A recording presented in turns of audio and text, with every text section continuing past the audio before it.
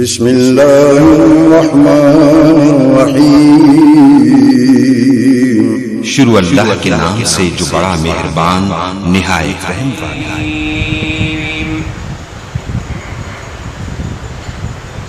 بسم اللہ الرحمن الرحیم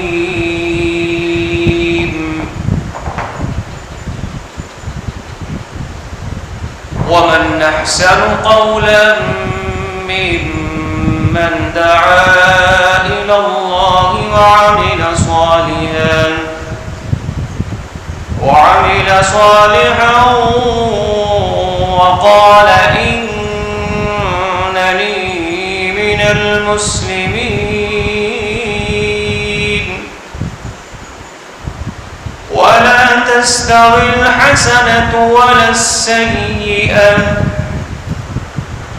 ادفع بالتي هي أحسن فإذا الذي بينك وبينه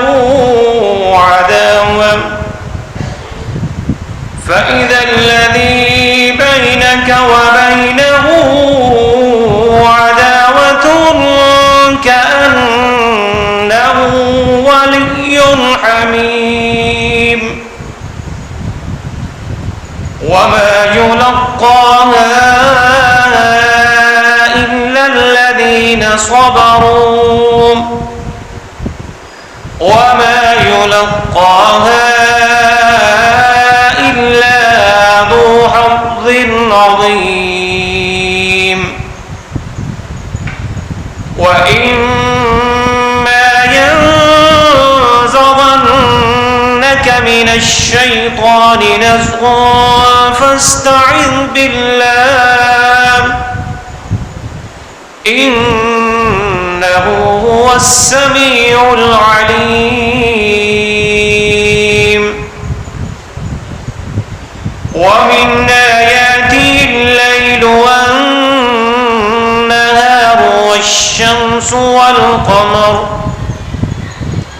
لا تسجدوا للشمس ولا للقمر واسجدوا لله الذي خلقهن